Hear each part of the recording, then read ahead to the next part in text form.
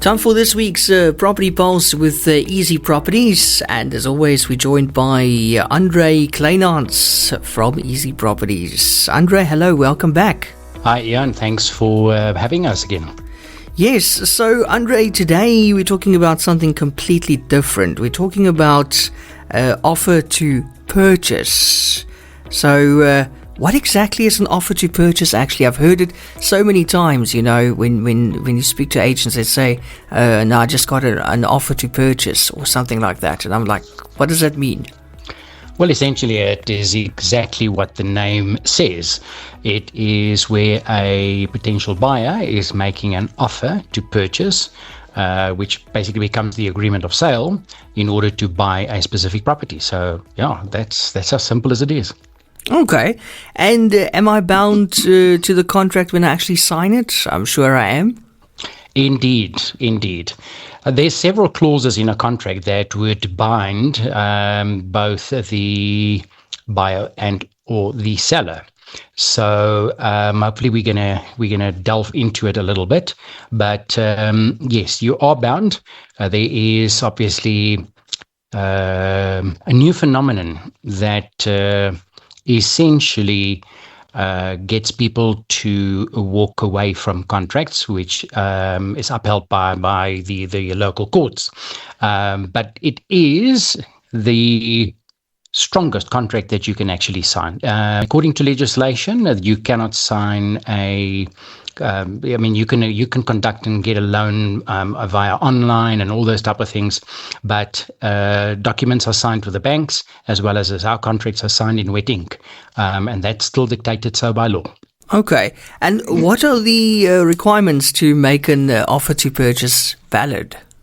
There are actually 5 very specific conditions that must be met in order to make an offer to purchase valid. The first is obviously the parties. It's got to clearly indicate who the parties are to the contract, buyer and seller, or if it's a legal representative. Then a description, a very clear description of the property so that they can make sure that they are transferring the correct property to the purchaser. The third one is obviously the property price. What are you going to offer them? And coinciding with that, it is then the method in which the purchase price and by when it will be paid. Last but not least, then we look at the commission. And well, that doesn't make it legal, but the point is there are several others that one needs to adhere to. The suspensive conditions, but we'll deal with that hopefully a little bit later. To make the contract legal is lastly the signature that is required of all the parties. So it must be correctly signed, which means the purchasers as well as the sellers, and then accepted normally by the property practitioner. Okay, and on the issue of suspensive conditions that you just mentioned, I was told that a COC or a certificate of compliance for electricity is a suspensive condition, and that the sale is dead unless it was issued. Is this correct? Ian, no. There are very specific suspensive conditions. So generally in an offer to purchase, a COC could be a restrictive condition, but it's not a suspensive condition. By the nature of a suspensive condition, if it does not happen, then the contract becomes null and void. Let me give you an example. So generally, there are 2 suspensive conditions in a contract for when it comes to buying a property. The first would be the fact that you would have to apply for bond. So it is very clear then that if you don't apply, the contract will be nullified. Or if you basically get declined by the banks, it normally contains a very specific clause that says if you decline by the banks, then the contract is null and void from that point forward. The second suspensive condition, always generally contained in the offer to purchase, is the one where you may have a property that still needs to be sold. Normally, it's got 2 ways it can go. a property sold but not yet registered, so the transfer hasn't happened. And secondly, it could be that you're buying this property with a precondition, a suspensive condition, that I need to sell my home. And if you don't, well, then the offer to purchase is again null and void. One can create suspensive conditions. I signed off a contract earlier today where a suspensive condition was brought in, where it basically clearly stated and said, the agreement is subject to the purchaser making use of their conveyancer to attend to the transfer of the property, and then they nominated the actual attorney. Now, that becomes suspensive of nature, which means if the seller does not accept this, they would want to walk away. So, big difference between various restrictive clauses and then, generally what is known as a suspensive condition. But to answer the question, a COC is not a suspensive condition. Okay. And let's talk about a subject to sale property, Andre. What are the ins and outs to look out for? I'm glad that you're asking that question. So, as mentioned, when it comes to the subject to sale, firstly, I've seen people make the grave mistake where they withhold the information. It is, in fact, subject to the sale, but purely because of the fact that they don't want to advise the agents, or it could have been linked. Remember, we often have multiple transactions that's linked. So for whatever the reason, and it could be as simple as the fact that they have another subject to sale already in place, and this competing offer will replace it, but you cannot replace it with another subject to offer. So they would withhold information, and then things go wrong, as they sometimes do. So if it was a question that they should have done it in a basis where the first section normally that deals with the property is sold but not registered. So they should have completed that section. So that's something that we have found, and then later on it turns out the property is not sold, or that the purchaser has made a decision to just walk away. So whatever the reasons, but that can then have dire consequences, because the purchaser is then in default. So the second one that we spoke about earlier was the one where the property still needs to be sold. That normally nominates a period and time, a description of the property, and the possible price that they are expecting. Now, this is where one needs to take heed. Most contracts make provision for an escape clause, where it says that we will continue to market the property. Obviously, if the other property doesn't sell, that you can look at other offers. Should you then actually receive a competing offer, there's clauses contained, and that is known, and I have mentioned this before, the dreaded 72-hour clause. Now, it's often completely misunderstood by some agents, and obviously then, between buyers and sellers. Now, this clause is only applicable when the property still needs to be sold, not to any other circumstances. Secondly, the competing offer may not, as I've mentioned earlier, be it's got to be unconditional except for a bond.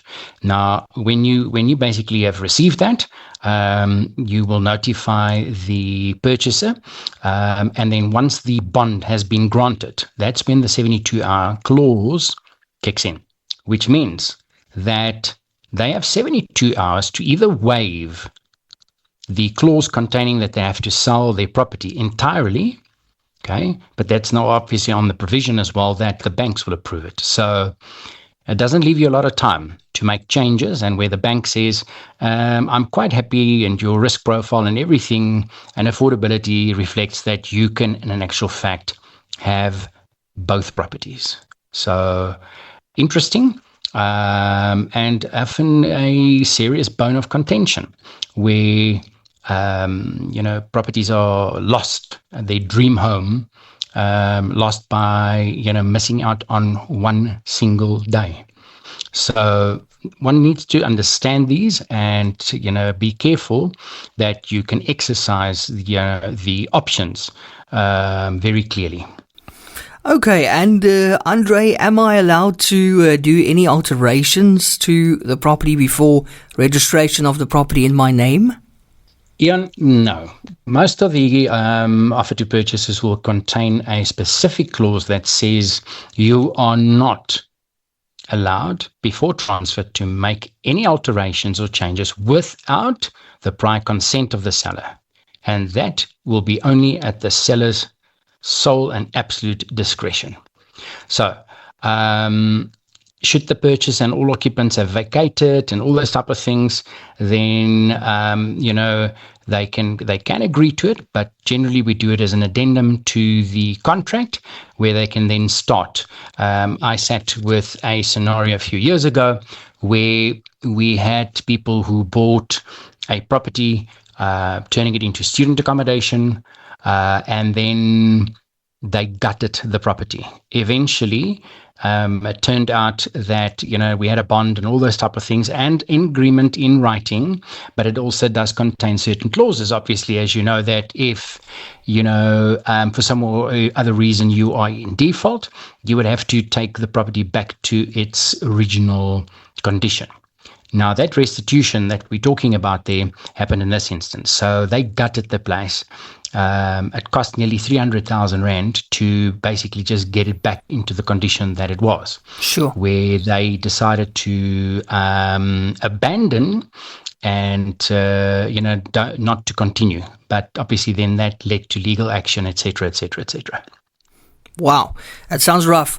Okay, so the other day in our conversation, you mentioned the risk of ownership. What exactly does this entail? So the risk of ownership is an interesting concept. I love explaining it by drawing sort of a line in the sand. So the risk of ownership transfers when the registration of the property happens from the seller to the buyer. That is the transfer of the risk of ownership as well. Simple example. We have had clients, they buy a property, they move in, 5 days later, there's a pipe that bursts. And they basically contact us and say, the seller is liable. He must immediately make a plan because, he needs to come and fix this. So that's a very good example of the risk of ownership transfers. There's other clauses, obviously, in the contract that says that the property must be maintained and all those type of things. And we know the horror stories that has had to some properties where people have moved out, they leave it empty for 2 to 3 months. That's when damage and, all those type of things actually can happen. But alas, yes, it's exactly what it is. The risk of ownership transfers on the day of the change of ownership from the seller to the purchaser. Okay, and then we mentioned COCs earlier. That's the certificate of compliance. What is actually required from me when I sell my home? Okay, a very interesting question there, Ian. Generally, the COCs depends on which province that you are in, and that have different requirements. So I'm going to deal with Gauteng. So a normal COC will be your electrical compliance certificate, and that will be the ECC as they call it.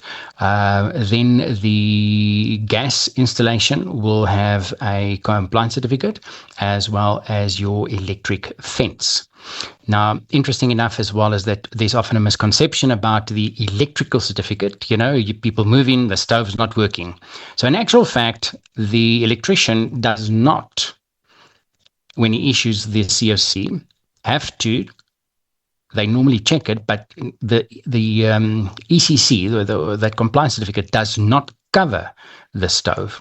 We have different clauses in a contract which basically says that all appliances must be in a working condition. So one can rely on that clause, but it's a common misconception that when an electrical certificate has been issued, that a stove must be in a working condition. So it's actually not so. Then we spoke about compliances in other areas. So you also have what is known as a plumbing certificate, but that's more in the coastal areas, obviously, because the high factors of rust. And then you may have a beetle borer certificate that is required. Again, not in Gauteng, but it's prevalent the Western Cape, all the coastal areas, like KZN and so forth. Now, the last but not least is in fact and this one is quite a mouthful, and it does provide one with a lot of headaches as well, is in some of the areas they have implemented what is known as the SPLUMA Act. Now that's the Spatial Planning and Land Use Management Act. Now, according to this, it basically just says, so, depending on which side of the fence you sit, you may have different opinions. But this basically says that your dwelling and the plans at the local municipality has got to be exactly the same. Now, we've seen over the last 30 odd years, people have gone to town, they do a lot of alterations to properties and things like that, and they do not have approved plans for that. So that was in order to curb that, which means the plans that's held by council, and when they come and have a look at the property, must be exactly the same. Otherwise, you would have to actually acquire the plans. That's very interesting. I was also told, Andre, that as the buyer, I can nominate my own attorney to do the transfer of the property onto my name. Is this correct or not? Ian, it is preferably that the seller nominates. So generally speaking, there's actually 3 different attorneys involved in the selling and transferring of a property. So the first one would normally be your bond cancellation attorney, which is appointed by the bank to cancel the existing bond over the property. Now, then you have the transferring attorney, which means the seller instructs normally an attorney and a conveyancer to represent him and transfer the property from his name to the purchaser.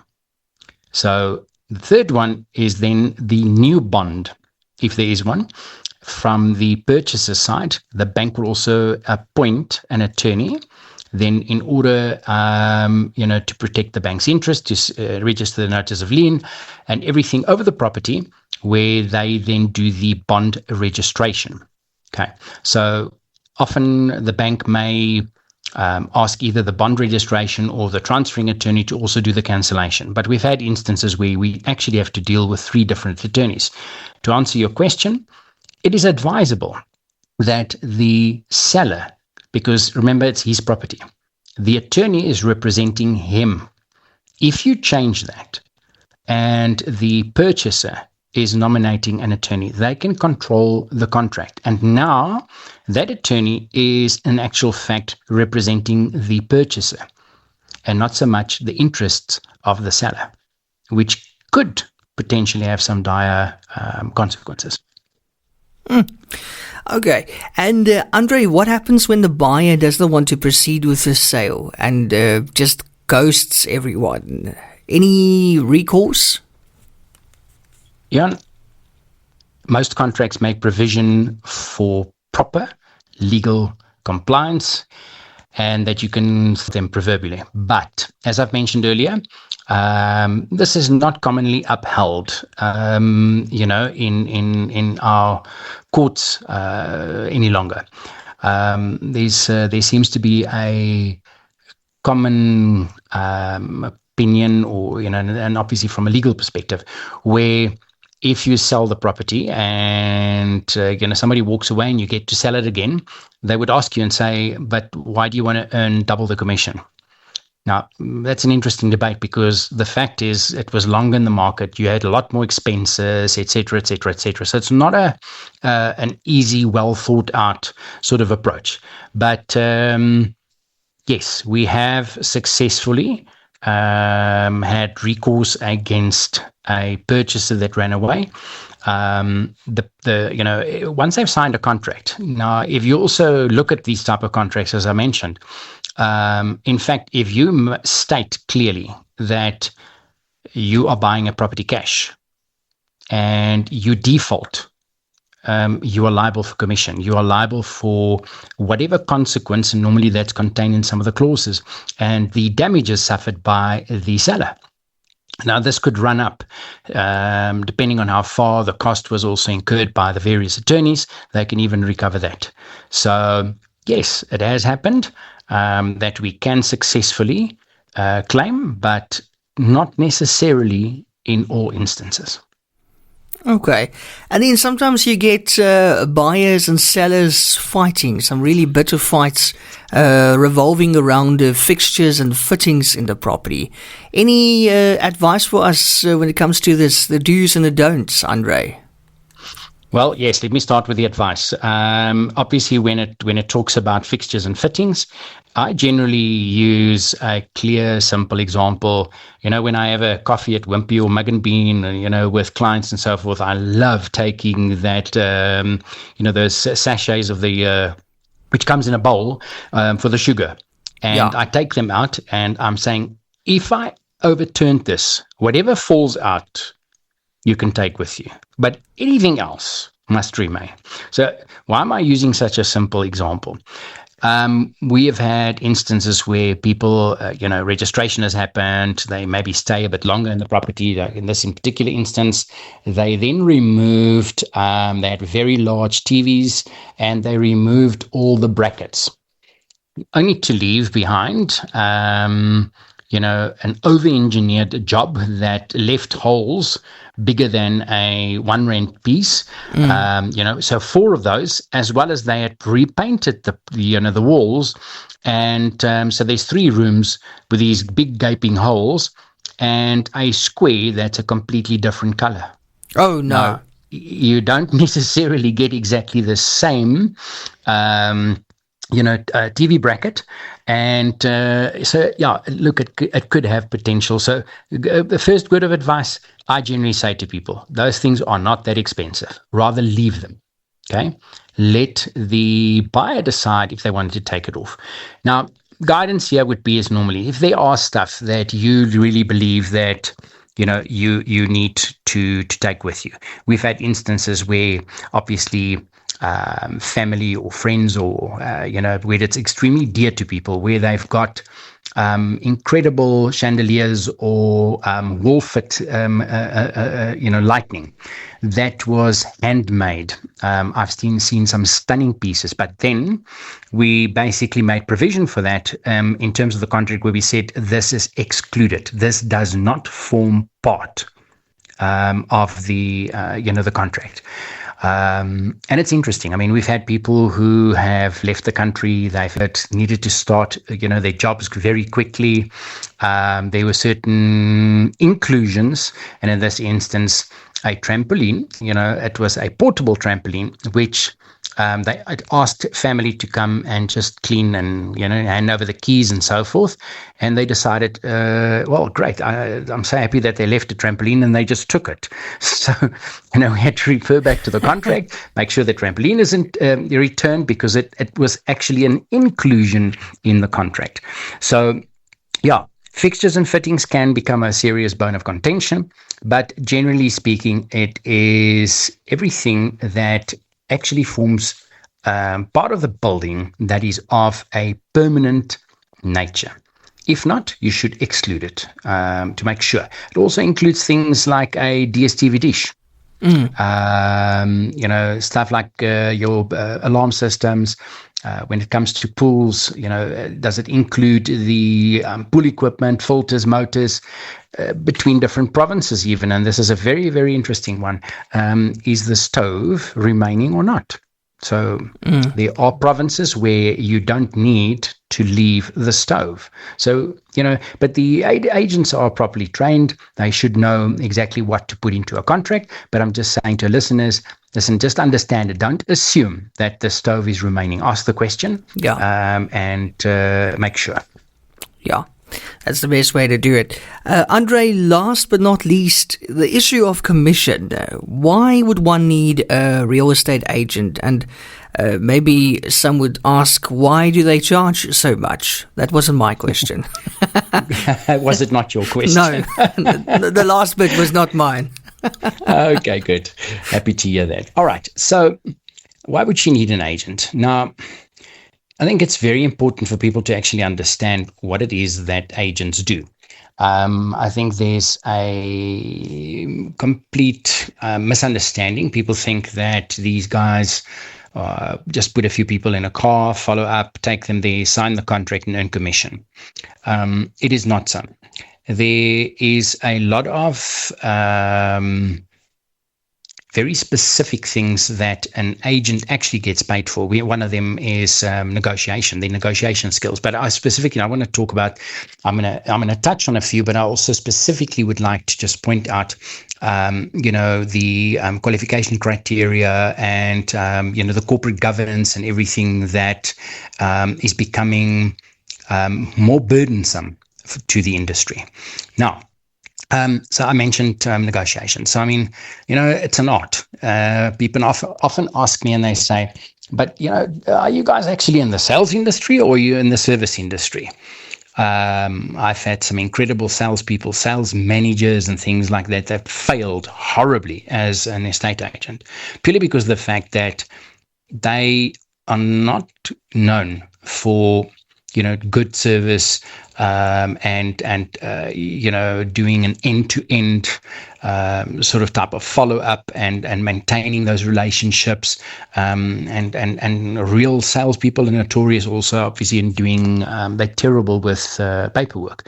Now, so selling a home involves a lot of paperwork, a tremendous amount. I mean, from legal compliance and all those type of things that the guys have got to be schooled in. So remember, selling a home can be emotionally draining. So I've heard this saying where they say you've got to remember that an estate agent is not just an estate agent. To some extent, he's a lawyer. People go through divorces and various things and whatnot. He has to be an industrial psychologist. Sometimes he's got to be it's expected of him to be a engineer, et cetera, et cetera, et cetera. So the reality is, yes, they do pick up a lot of different skills. It's important that people understand that. So, remember as well as that they work completely on risk. I'm going to touch on this a little bit. They don't require upfront fees. When you look at places in the UK, if we actually just compare in terms of how the way that they basically work there, there you may only pay 1 or 2%. But people don't understand what happens. There you've got to get your own attorney, known there obviously as a solicitor, but, they do the contract.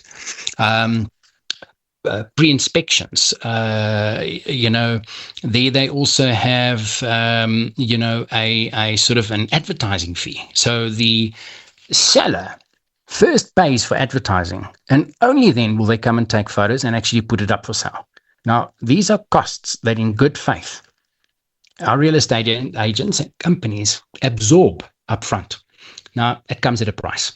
So, it's sometimes a very easy question. It's two things that I ask people. I'm saying is, whatever you do, you run a radio station. If somebody comes and says, listen, I want 50% discount, would you be inclined to say, yeah, okay, that's no problem? So generally all of us know, and I'm going to answer that on your behalf, is that we don't just get huge discounts, number one. Purely because the fact that we all understand that, there are budget costs, expenses, and so forth. So, that I think is an important factor to sort of keep in the back of your mind as well. Now, the other factor that I wanted to sort of just highlight is obviously, the especially when it looks at let's talk about lease agreements just for a moment as well. I mean, the agent is not just there to handle the lease agreement. They are a mediator between two responsible parties. So often when there's problems, they need to deal with that. If defects are uncovered, let's talk about selling again. So, a defect is found. Who's the first person that they phone and blame? Is a real estate agent, generally speaking. And, obviously the responsibility does not fall on that property practitioner, but they have to go through the whole process I mentioned earlier in one of the other sessions that was recorded about the property condition report to make sure that they adhere to all the legislative requirements. Now, when you start looking at, this is a genuine profession. So, the guys have got to actually register at the PPRA. You've got to pay a fee, same as an engineer and all those type of things for 3 years in advance. Okay, so these are costs that they need to, carry, and that they need to basically, what's the word I'm looking for? Reinstate, which comes often at a quite a high price. Okay, so yes, estate agent fees are negotiable. Okay, the standard in South Africa is anything between 5 and 7.5%. Now, remember as well, most of our companies, unless it's a very small individual real estate agent that runs as a principal, but we are VAT registered. So firstly, we act on behalf of SARS. So, the fact is that you may have an agency that says, listen, we work at 2% or 3%. It's not that. They would generally actually add the VAT, because otherwise there's even less into it. How do they actually cover the costs, which is sometimes literally just a little bit impossible. Now, we also spoke about, as a matter of interest, agents generally work longer hours than many other professions. So often ask people, and I say, what do you think the average estate agent earns in South Africa? There's 41,000 estate agents in South Africa. Yo. 21,000 of those are just in Gauteng alone. Oh, my word. The average, yes. What do you think is the average income for a real estate agent? Oh, so now I must guess, hey? Yeah. Per month, hey? Is it per month? Per month, yeah. Let's talk about per month. Well, it obviously depends on how good they are, and how much sales they've done. But, I'll just have to go with a ballpark figure and say 30K? Well, in fact, the PPRA is published, and I must say, I think, and if you look at various other sources, I really do believe that it's actually far less than this. They on average, they've published, and they said that they earn about 19,000 Rand a month. Wow. And we know out of experience that there are a lot of them that earn far less. So now you start looking at the cost factors that they need to cover. When you start doing an analysis, you break it down, and you start looking at, what people are literally going to basically eventually get. The average agent in South Africa sells 7 houses a year. Okay. So now that literally means, depending after taxes and all those type of things, depending on their split with a company, and so forth, traditional models. Let's say even if they're on a tax directive of 18%, they probably get about 17,000 Rand from a transaction where they've sold a property of R1 million at 5%. Okay, so they would get 17,000. Now just think about that. The average agent sells maybe 7 houses. Okay, that will then leave them roughly with 121,000. That's only 10,000 Rand, 10,145 Rand per month. Wow. Yeah. So that is important to take note of, because obviously, as I mentioned, they assume cost and risk to get your house sold. And then yet people want to still, argue and really don't understand, I think, often what it is that this property professional is literally doing. Of course, from a commercial point of view, from us as the brokers or the owners of businesses and so forth, costs are extremely high. Just to give you an example, you advertise on Property 24 and Private Property, the largest 2 portals, you're in for about 25 to 35,000 Rand a month. Sure. That's just one single medium. Hectic. Okay. Yeah. So, our cost base are incredibly high. So, yeah, I think it is important that people factor that in and that they literally just understand, with websites, like any other business, to maintain them, and to do search engine optimization and Google and everything. So I'm not even talking about the normal expenses like petrol and cell phone and all those type of things. Here's the facts. There's no guarantee that an agent will be successful when they sell a property. Okay, sometimes you've got to sell it multiple times, or you're not going to get it sold at all. Yeah. But with every one of those, they incur costs. So, are there agents who do exceptionally well? Yes, there are. Discussion perhaps for another day. So yeah, I hope I answered at least some of that. Yeah, yes, you had a lot of very, very interesting stats there today. Hey, 41,000 estate agents in South Africa, and 21K of them up in Gauteng. That's crazy. Isn't it a very competitive business? Do you guys actually fight over properties?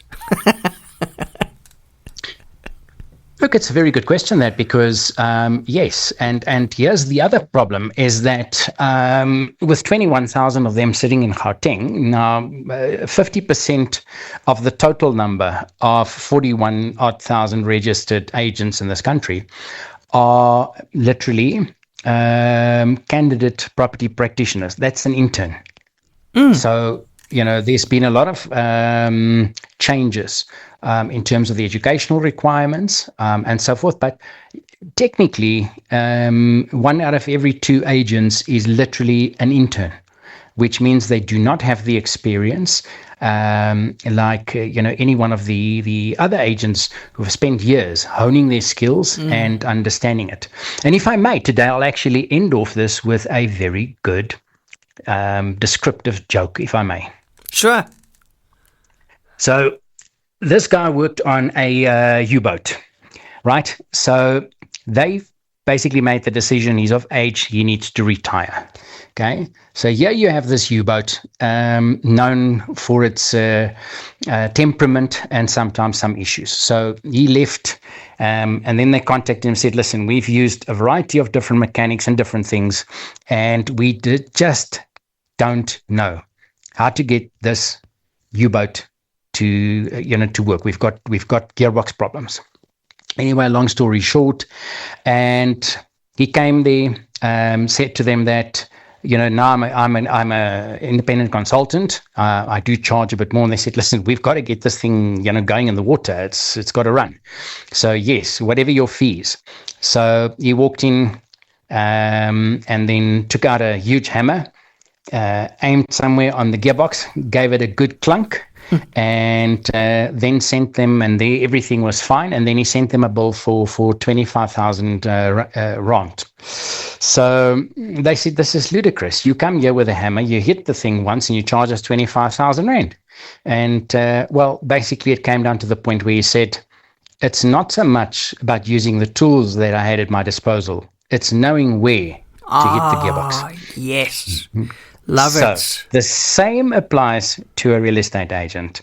Getting the right person that has got all the experience, that has done a number of sales, will set you up for a very good experience. And pay them. You're actually employing them. And that's something that often people don't understand. If you want an agent to perform, employ him. Give him the sole mandate. Give him the time to sell and do his job properly.